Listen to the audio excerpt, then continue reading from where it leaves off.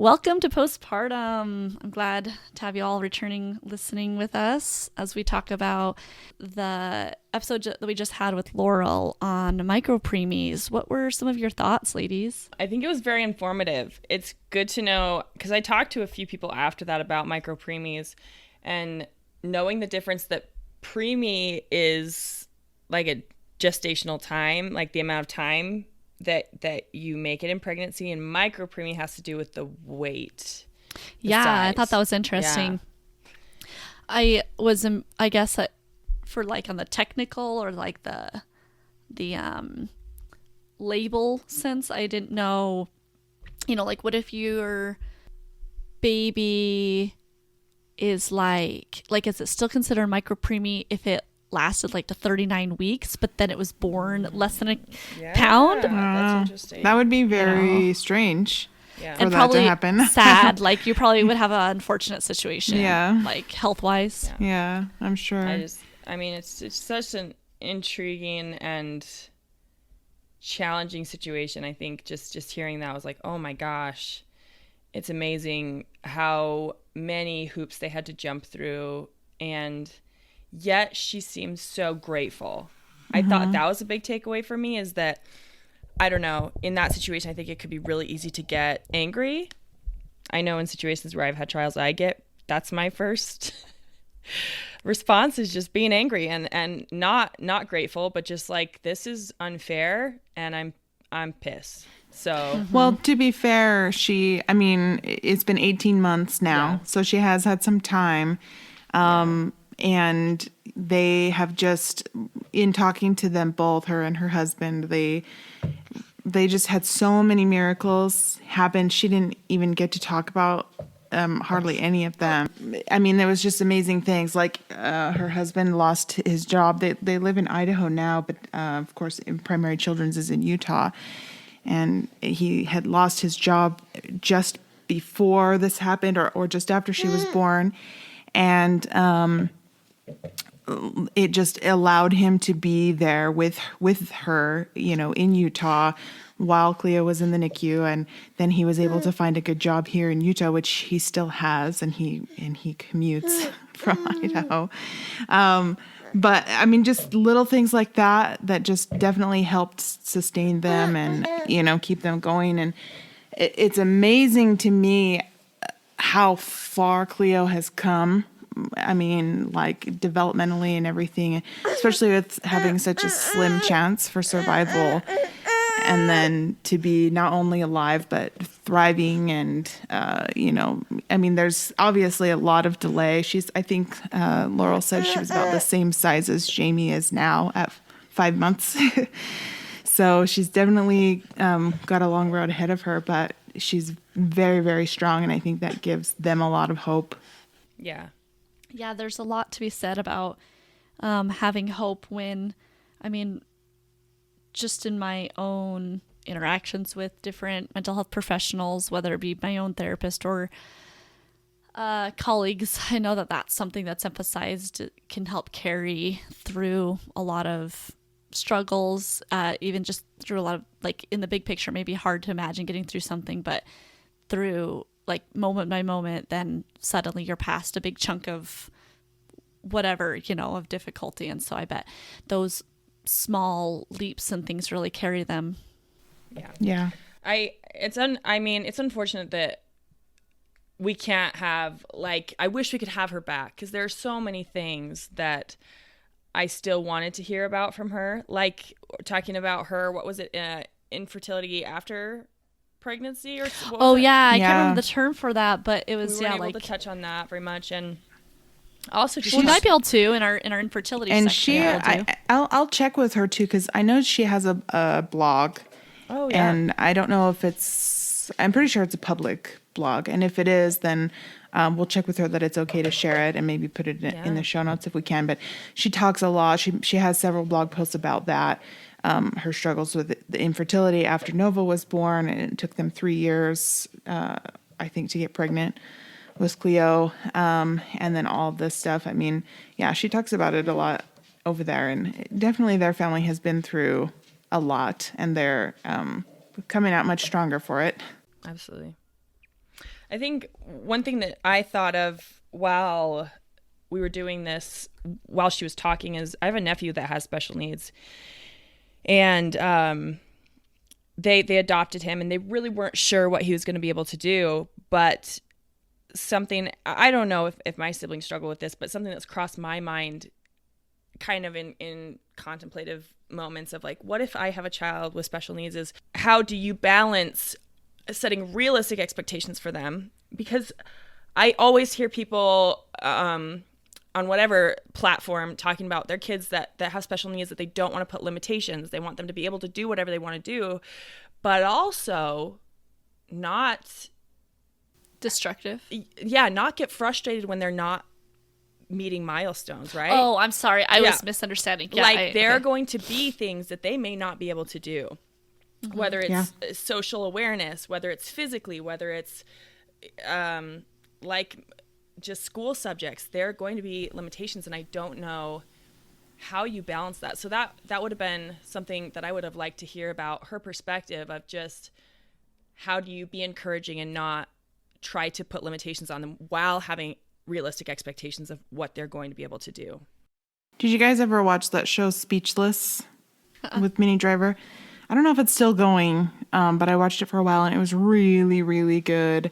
And it's just basically about a family and their son, their oldest son has special needs. He's in a wheelchair and stuff. And he can't talk, so he uses like a letterboard and stuff. But I love Minnie Driver as the mom in that show, and I love her character as a mom of special needs. And she's like just so tough and so feisty and fights for all of her kids, but like fights for, you know, her son's right to do normal things or do what he wants to do regardless of his. And I think that's really inspiring and essentially necessary.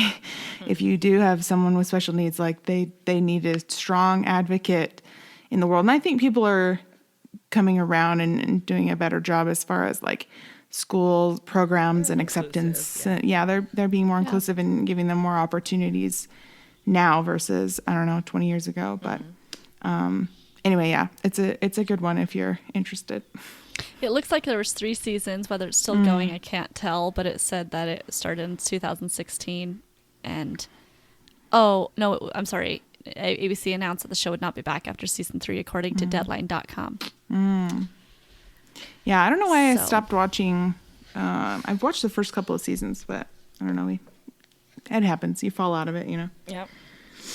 Yeah, a lot of times Phil and I ask each other, like, did we finish this? Oh no, we just started watching this. Like another show just starts and then comes along. I know.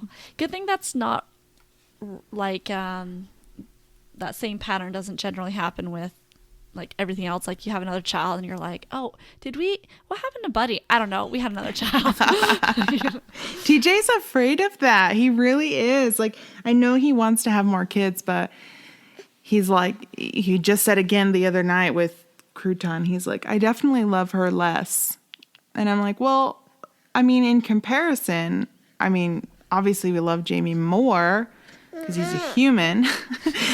But I don't know if like the love for the dogs is any less. It's just now you have something outshining it or whatever. Yeah. But he's still afraid. Yeah, he's still afraid of that if we have more kids, that like he'll either love Jamie less or he'll love the second kid less. Like either way, I'm like, well, I think you can love both your kids the same. Yeah. But it is going to fluctuate. And actually I was watching. How you like them will be different. Yeah, I was watching something just the other day that was like saying how, you know, they were talking about which kid was their favorite. And it was like, well, you do have favorite kids, but it changes like depending on who's easier to deal with or who's more who's being more fun that day or whatever. Like I think you do at least change your what you like.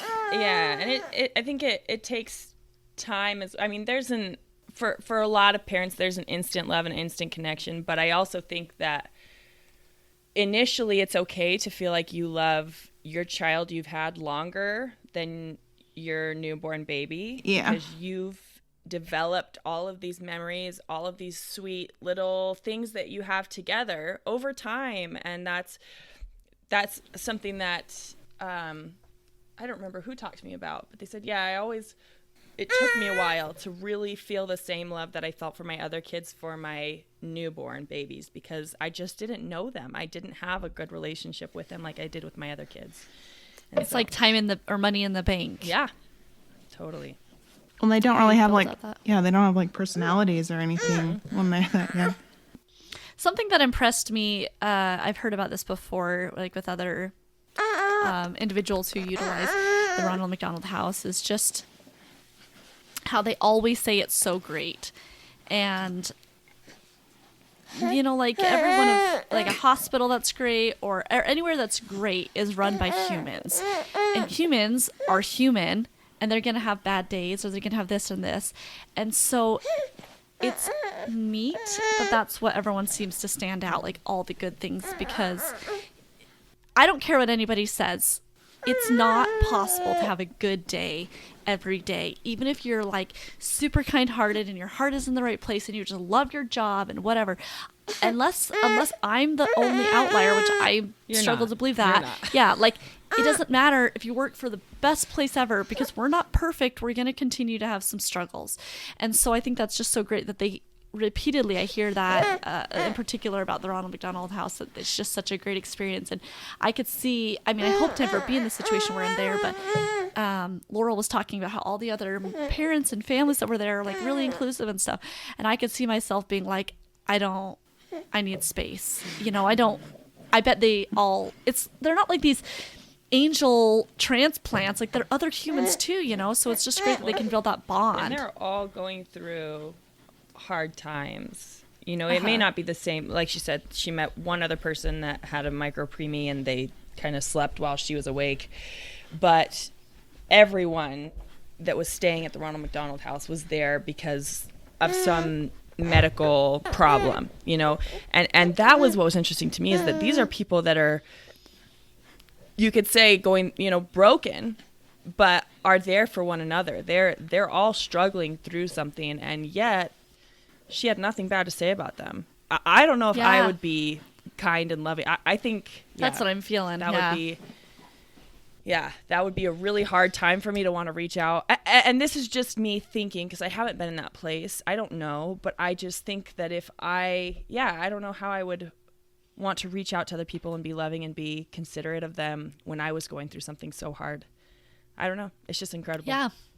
Yeah, that's you expressed it well, what I was feeling when I was in the hospital after delivering my kids. There was so many nice, or rather I should say so many times, like the room next to us, the mother had also had a C-section, just coincidentally, and she had a singleton, and her family, there was a couple times that we'd run into each other out in the hall, and they were so chatty, but I didn't feel like they were overbearing or like, you know, whatever, stealing my thunder or whatever. I felt like they would have been like, and can we give you a gift? And do you want to be on a Christmas mailing list? You know, like that kind of like, and then what do you need? Sweet. Do you need a Christmas dinner too? Because we want to make sure that, even though my mom's standing like right there, I just feel like they were like without guile, just so sweet, you know?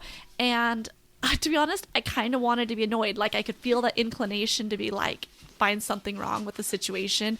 But I was like, I think I'm just too tired to be bothered about this. And I hate that was the case, you know, but I think because I part of the reason why I think I wanted to be annoyed is because I was enjoying the time with my parents. Like they were there focusing on me, and that doesn't always happen, right? Like I was the special one or whatever at that time, and they were talking to my parents, but I enjoyed seeing my parents be like so happy, talking about their grandkids, and then also being, I don't know, like it was just a joy-filled time. And so I could see kind of like the solidarity there in the Ronald McDonald House, that it's like just such a humbling time that people probably have less room in their heart for the natural inclinations or whatever dispositions that they might normally have. Mm-hmm.